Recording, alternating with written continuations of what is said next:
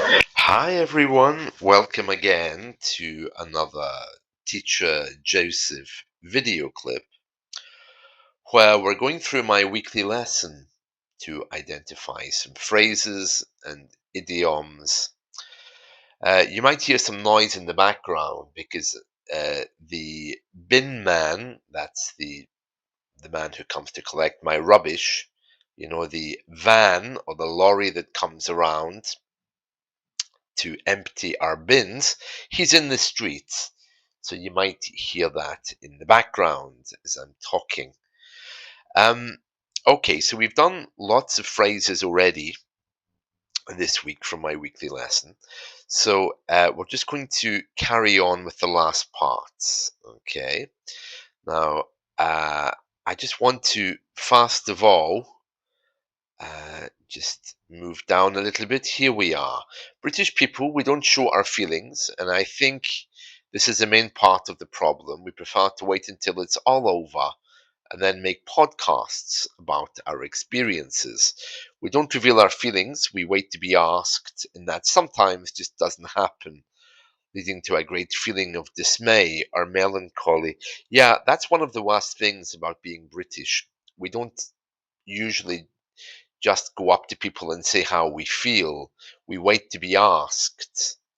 And when you marry or even date someone from another culture, you tend to find that they talk about themselves a lot. And the British person will just sit there, and the person who's talking will think, oh, is this person angry with me? But really, the British person is just waiting to be asked about how they feel because they won't say it automatically. And it can cause a bit of a problem because the British person is sitting there thinking, oh, this person's talking about themselves all the time. And then the other person is sitting there thinking, oh, this British person isn't saying anything. Are they arrogant? Why aren't they talking? But it's just because we wait to be asked, that's all. And that often causes problems in relationships. We need permission to say. We don't just run into conversation saying, oh, I had a great week and it was wonderful and everything. We wait for people to ask us and then we respond. So if you think your British friend is very distant or not communicating well, it's probably because they don't think they have permission to do it. So you need to kind of reassure them that it's okay to say how they feel. Let's move on. Okay, so secondly, for whatever reason, perhaps because of COVID, we're all different people. Society is changing. People are not quite so comfortable. Yada yada. Thirdly, I think this is the most important. I was robbed of my choice to say no. To be robbed of your choice means that you weren't given permission. Okay, so yeah, very important for British people to wait to be asked how they feel about something. In hindsight, that just means looking back. And that's a wonderful way to talk about something which you could have done but didn't. Or, looking back at my first marriage, in hindsight, I could have tried harder. Oh, about that exam I'm studying for, yeah, in hindsight, I could have tried harder. It just means in looking back, uh, yeah, I could have done that, but I didn't, and it's too late to fix it in hindsight.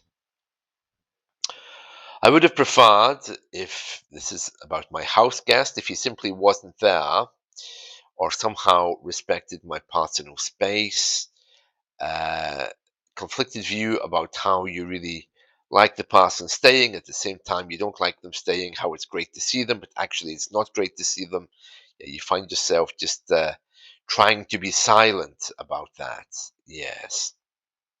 And that brings us to the end of the study of the phrases in this week's lesson. Tomorrow, of course, I'll be doing some accent work just to read a little bit of this. Hopefully, my voice will be okay because at the moment, as you can hear, I have a cold. Um, let's just talk a little bit about motivation. I really hope this weekly lesson has motivated you somehow to write. If you are having a lesson with me, bring an essay. Don't be afraid to write something. Bring it and we can look at it. It will help me to understand more about your grammar and vocabulary. Also, if you don't have anyone to talk to, you feel a bit stuck or whatever, don't be afraid to use artificial intelligence. I'm not a big fan of AI writing essays for you, but if you want to talk, just to, express some emotions, as we say in English, let off steam, that just means to release some feelings. ChatGPT, Google Gemini, they're really good for this. They listen and they respond, especially if no one else is around, and they can also give you great feedback about what you're trying to say to them because they will tell you if they recognize your accent. And if you ask them directly, how's my English? They will tell you. If you ask them to correct your mistakes, they will tell you. They're not really trained on accents, but you could ask them a little bit about accent as well to see what their responses are. But as language models, they don't tend to comment on how you say something, but you'll know if they understand you or not in English, whether you're speaking well. And that's it from me. So I wish you all a wonderful day, and I'll see you all tomorrow. Take care. Bye.